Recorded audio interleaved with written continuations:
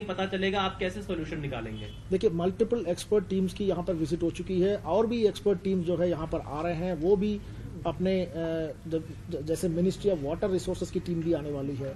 तो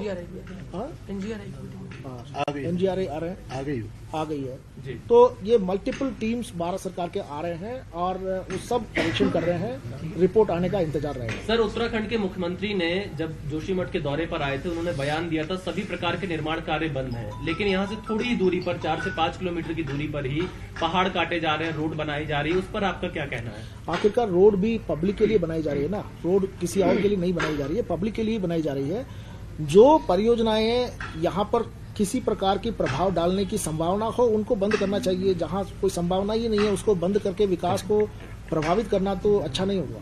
ये सर्वे क्यों आया है जिसमें टनल के अंदर अभी भी काम हो रहा है, ऐसा वो वीडियो दिखा रहा है, आज सुबह हुआ है। टनल का काम बंद है अभी। सर, टनल को लेके एक्सपर्ट ने कुछ बताया कि ये कॉज हो सकता है इसका, कुछ इस तरीके से? नहीं, अभी ऐसा कोई किसी एक्सपर्ट ने नहीं बोला है। अब मैं थोड़ा सा आप लोग डॉक्टर बिष्ट का भी सुन लीजिए। एक सवाल उस पर पूछ लेता हूँ, सर्वे और मुआवजे के लिए कोई समयावधि निर्धारित की गई है क्या? सर्वे का समयावधि हम लोग कोशिश करेंगे कि 1 हफ्ता के अंदर हो जाए और फिर उसके बाद जैसे सरकार में निर्णय हो जाएगा तत्काल वितरित की जाएगी। सर, ये ध्वस्तीकरण की कार्रवाई कब से शुरू होगी, फिर अब कब से माना जाएगा? अब मैं ध्वस्तीकरण के बारे में एक मैटर क्लैरिफाई करना चाहता हूं कि केवल 2 होटल का वो भी ध्वस्तीकरण शब्द मैं यूज नहीं करूंगा, डेमोलिशन नहीं है, डिसमेंटलिंग है, क्योंकि उसको बहुत केयरफुल तरीके से करना पड़ता है। अगर बुलडोजर से गिराएंगे तो वो डैमेज हो जाएगा अगल बगल के स्ट्रक्चर्स। तो जो सीबीआरए की टीम आई है वो जैसे सजेस्ट कर रहे हैं वैसे ही एग्जीक्यूट किया जाएगा। सर, और इसके अलावा कोई अन्य आवासीय भवन अभी ध्वस्तीकरण या डिसमेंटलिंग करने का इरादा नहीं है।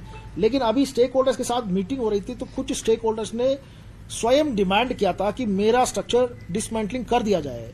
तो हमने कहा कि ये 2 होटल हैं, इसका सरकार का निर्णय है डिसमेंटलिंग करें, क्योंकि अगल बगल के जो भवन है उसको रिस्क है। इसके अलावा अन्य भवन स्वामी खुद अगर अनुरोध करते हैं तो उस पर हम लोग कार्रवाई। सर, फिर इन पे निशान क्यों लगाए गए हैं? अगर ये नहीं गिराने तो फिर निशान उनको वेकेट करने के लिए है, उनको टेम्पररी वेकेट करने के लिए है। जो होटल आप बता रहे हैं इनको डिसमेंटल कब करेंगे? सर, लिखित में करेंगे कुछ? अभी हम लोग तो तैयार हैं, केवल हितधारकों की कुछ रिजर्वेशंस थी, इसीलिए उनके साथ वार्ता की गई है और वार्ता सकारात्मक रूप से हुई है और मुझे उम्मीद है कि अब दोबारा टीम जाएंगे तो उनको सहयोग मिलेगा। सर, मंथली रेंट और जो राशन के लिए जो राहत सामग्री दी जाती है 6 महीने तक, वो तो लगातार मिलती रहेगी? वो मिलती रहेगी। उसके साथ जो 50,000 रुपए और अतिरिक्त हम लोगों ने दे दिया है तो उसका भी जीवो आ जाएगा। केंद्र से हमें पैसा मिला है, हमने डिमांड की है क्योंकि बहुत बड़ा अमाउंट भी खर्च होने वाला है, तो क्या हमने केंद्र से पैसे की डिमांड किया, फंड रेज कर रहे हैं, कुछ प्लान है? ये आपदा प्रबंधन सचिव उसका पैकेज की बना रहे हैं, प्रपोजल बना रहे हैं, जल्दी जाएगी। सर, जो भवन आप लोगों ने चिन्हित किए हैं अभी सुरक्षित वाले, उसमें से कई लोग जाना नहीं चाहते, तो क्या उनको वहां से हटाया जाएगा?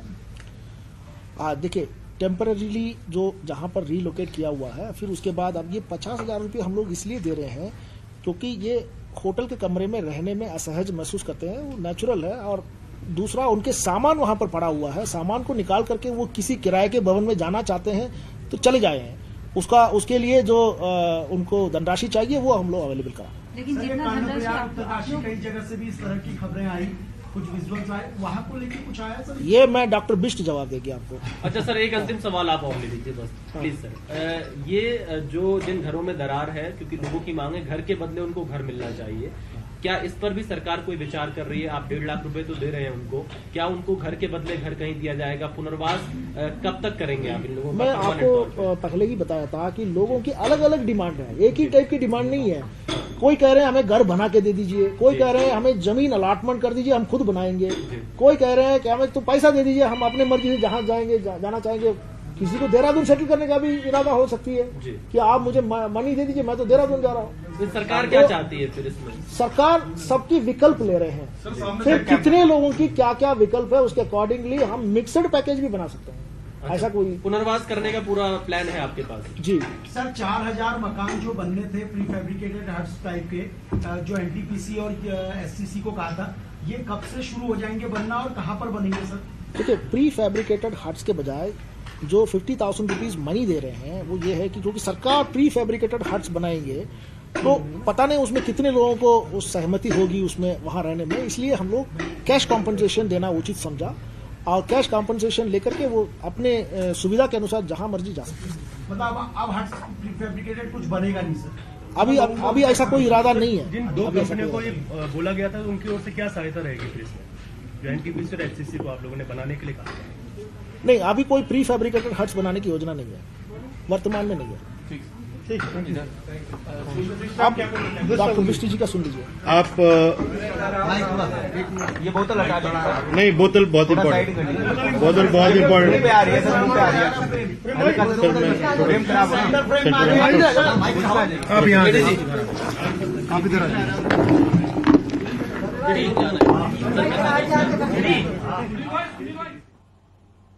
तो मुख्यमंत्री के सचिव प्रेस कॉन्फ्रेंस कर रहे थे, जिसमें तमाम सवालों के जवाब मुख्यमंत्री के सचिव यहां पर दे रहे हैं। इस बात की जानकारी हम आपको दे रहे थे किस तरीके से मुख्यमंत्री के सचिव ने तमाम बातों का जिक्र यहां पर किया है। तो बड़ी खबर इस वक्त हम आपको बता रहे हैं, मुख्यमंत्री के सचिव ने यहां पर प्रेस कॉन्फ्रेंस यहां पर की है, इसमें तमाम बातों का जिक्र यहां पर प्रेस कॉन्फ्रेंस में किया गया है। बड़ी खबर इस वक्त हम आप बता रहे हैं, मुख्यमंत्री के सचिव ने यहां पर प्रेस कॉन्फ्रेंस में बताया कि अब तक 723 मकानों में दरार है। ये जानकारी यहां पर दी गई है। मुआवजे के लिए 1 लाख रुपए एडवांस, 1.5 लाख रुपए प्रति परिवार मदद की बात कही गई है मूल्यांकन के बाद। और आज इस समय उत्तराखंड अंतरिक्ष विभाग देख रहा हूं और विगत 1992, 93, 94 से मैं इस एरिया में काम कर रहा हूं। मैं जो भी आपको बातें बताऊंगा आप उसको सीरियसली सुनिएगा, क्योंकि एक बड़ा इंपॉर्टेंट इश्यू है हमारे जोशीमठ और हमारे पहाड़ों का।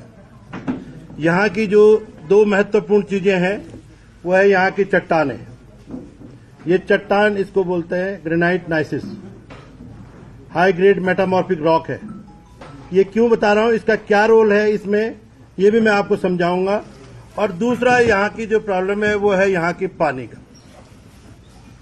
जो यहाँ से पानी निकल रहा है, मैं वो सैंपल लेके आया हूं और कुछ भ्रांतियां इसमें पैदा हुई हैं, वो भ्रांतियां मैं दूर करने की आपके सामने कोशिश करूंगा।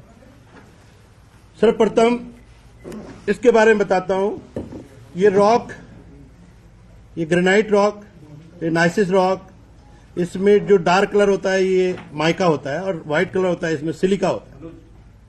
ये माइका जो है आराम से वेदर्ड होके धीरे धीरे करके चूर्ण बन जाता है इसका। और यहां की जो चट्टानें हेलंग से ऊपर, ठीक है, और आपका आगे तक चल जाओ मलारी तक, ये सारी चट्टानें लगभग इसी तरह की मिलती है। एक महत्वपूर्ण बात यह है कि यहां का जो क्लाइमेट है, तापमान में डे नाइट परिवर्तन, ये बहुत महत्वपूर्ण इश्यू है।